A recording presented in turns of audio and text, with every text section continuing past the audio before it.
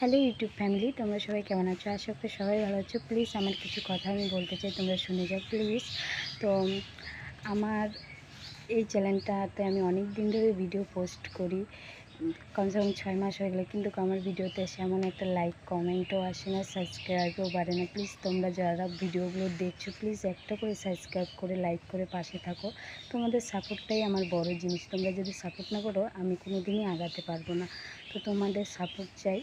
আর আমার কষ্টটা তোমাদের কাছে পৌঁছালে তোমরা প্লিজ এগিয়ে যেও না ভিডিওটা না দেখে, প্লিজ ভিডিওগুলো দেখো আমার।